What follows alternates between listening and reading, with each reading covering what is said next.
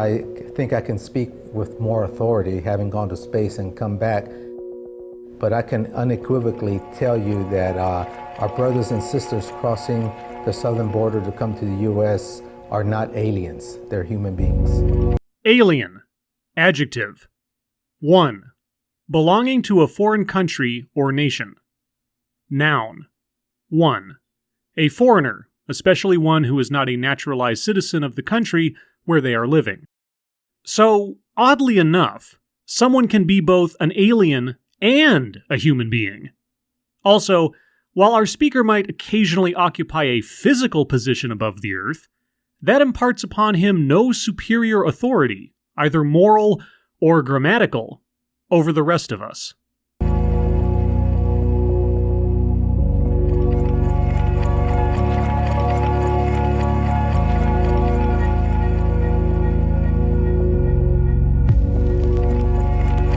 Yes, his career trajectory from decidedly humble roots is commendable, no question about it.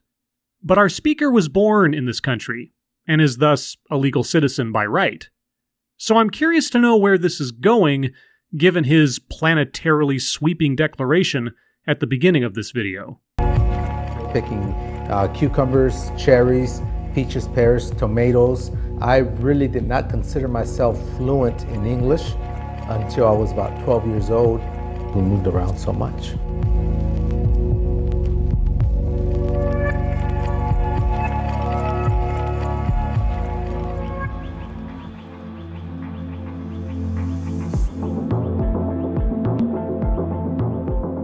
And he eventually became one, through hard work and dedication. He followed all the rules and, though it took time and effort, he achieved his goal. Well, good for him. Now, tell me about the procedures involved in becoming a legal citizen of the United States. I was hypnotized. I said, that's what I want to be.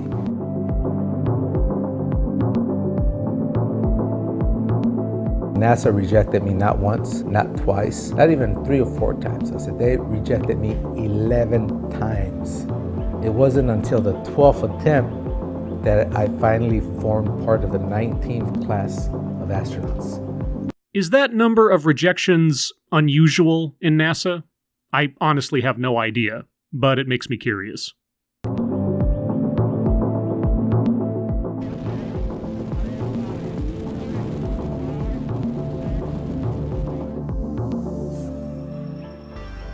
Yes, it apparently gave him a perspective that he interprets as an authority to declare that immigration laws of sovereign nations are irrelevant. As I saw the Earth, we were flying over North America. I couldn't tell where the U.S. ended and Mexico began. I had to go out of this world to realize that borders are human-made concepts designed to divide us. Uh-huh. So, you, an engineer and an astronaut, had to go to space to realize that borders are man-made lines of delineation between nations. Got it. I wish our world leaders would have the same aha moment I had when I was out in space.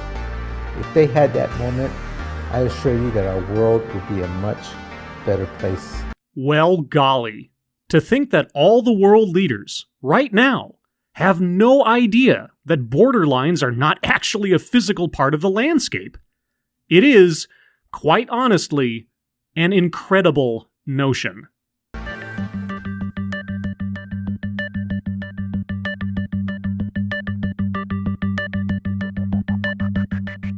I don't like the way things are going politically in our country. And the only way to change it is to get involved. I completely agree, and I wish you luck in your campaign.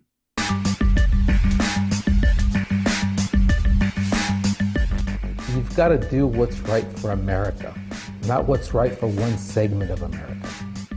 But let's hope you realize before our economy starts going trending down. And that's the only advice I will give to the administration is inclusiveness. What's right for America, not what's right for one segment of America. What segment does he mean, I wonder? the segment that attains citizenship legally. And he hopes Trump realizes this before our economy starts trending down. Some more details on that prediction would be nice, but that's where the video ends. Just a little bit of fusion there. But hey, how about a double feature? Because that would be a little short of a video. There isn't a day that goes by without receiving some complaint somewhere in America where someone felt the need to make a Muslim feel uncomfortable. Feel uncomfortable. Well, I felt uncomfortable throughout my junior high and high school years being made fun of by other kids. But, somehow I survived their childishness. By shouting at them, screaming at them, cussing at them, letting them know they don't belong here. And what happened to that man for having harassed that family? Oh, right. He was arrested. Because that behavior in polite society is unacceptable. It's almost like we have laws against certain forms of harassment. I think we can't prepare for what's going to come next. We can prepare for what we build in terms of a resistance. A resistance. Here we go.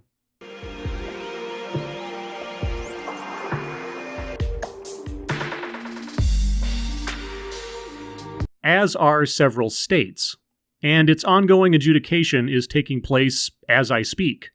Opinions on the travel restrictions, which are aimed at countries of origin, not religion, by the way, are relatively split in this country, leaning towards approval. That does not mean the order will inevitably be upheld in whole or in part by the courts, but the resistance has little say in the matter at this point, truth be told. The largest number of calls we receive at our office are actually calls from U.S. citizens. They're afraid about being mistreated. Those perceptions were the result of real stories of people being stranded at the airport, mistreated, asked questions on the way back from their travel, asked questions about how religious, how devout they might be, which mosque they go to, how many times do they pray. Customs officers at airports routinely screen people incoming from other countries, and, on occasion, if more clarifications are required, they may be screened in more detail a second time. Questions on personal activities and affiliations are common in the course of such investigations. Questions pertaining specifically to religious affiliations may occur, depending on the circumstances, but they are not routine. But neither are they illegal to ask in and of themselves. This is the world we live in after 9/11 and subsequent incidents around the world. It is a sad reality, but it is reality.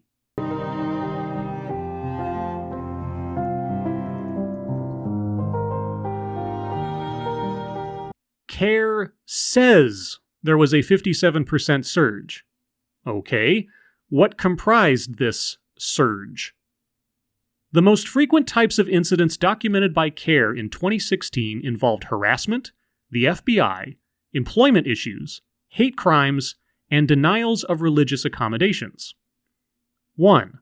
Harassment, a nonviolent or non-threatening bias incident, accounted for 18% of the total number of incidents. 2.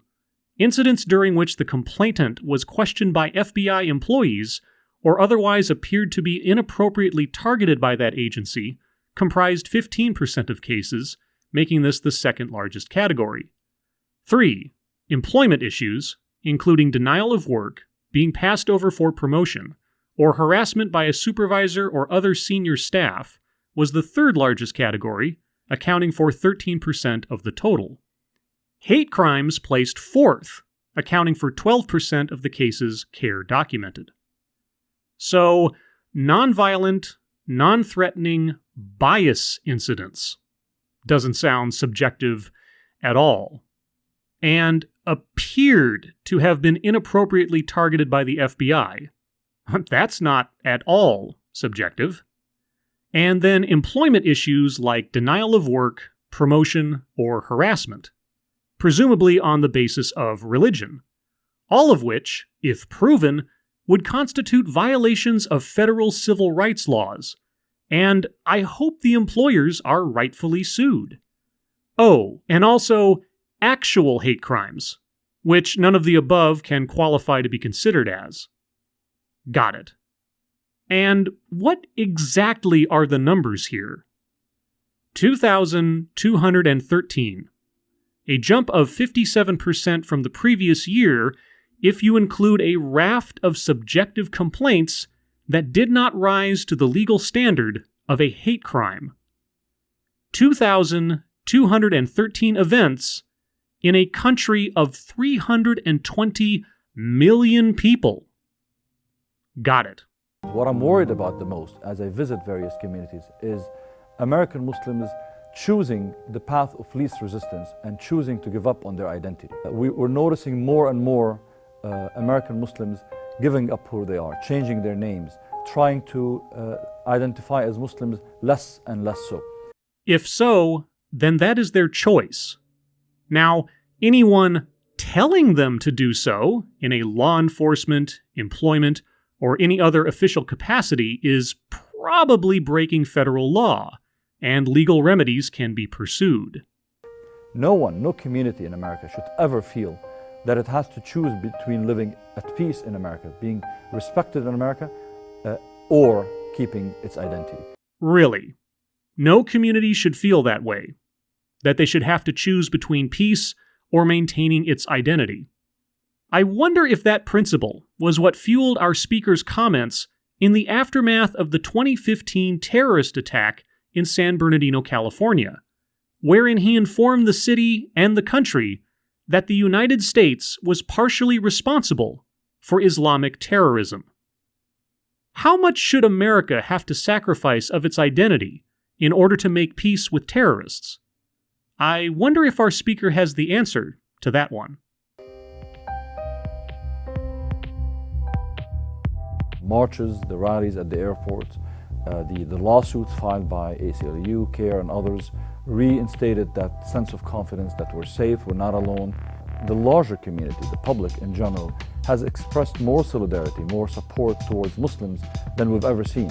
This is no longer about American Muslims. This is no longer about protecting the rights of American Muslims. This is about the future of our country. And I wish you all the best in your lawsuits. I want to see that all of these complaints and counterpoints have their day in court. But it is the unfortunate truth that this country has seen scores of its citizens needlessly murdered by Islamic terrorists, both domestic and, in the most catastrophic attack to date, foreign criminals. And that's not to mention the constant drumbeat of terrorist attacks we've been witness to overseas recently. It is nearly impossible to combat bad ideas that make people want to kill other people. And so the only recourse we have as a country is to operate on the temporal plane and physically prevent as many threats as we can from making their way into the country. Border security and immigration laws are our only real options towards that end. Have some of the decisions made and policies implemented overreached fairness, reasonableness, and even constitutionality? Perhaps so, and the courts are looking at that now. But are these moves, approved by the courts or not, ultimately only a placebo against a problem that has no solution? Possibly so. But what is the alternative? To do nothing? To try nothing? To just give in? Would that be the advice that our speaker would give to those he is working to defend for being who they are and for living where they live? Somehow, I doubt it. As always, thank you for watching.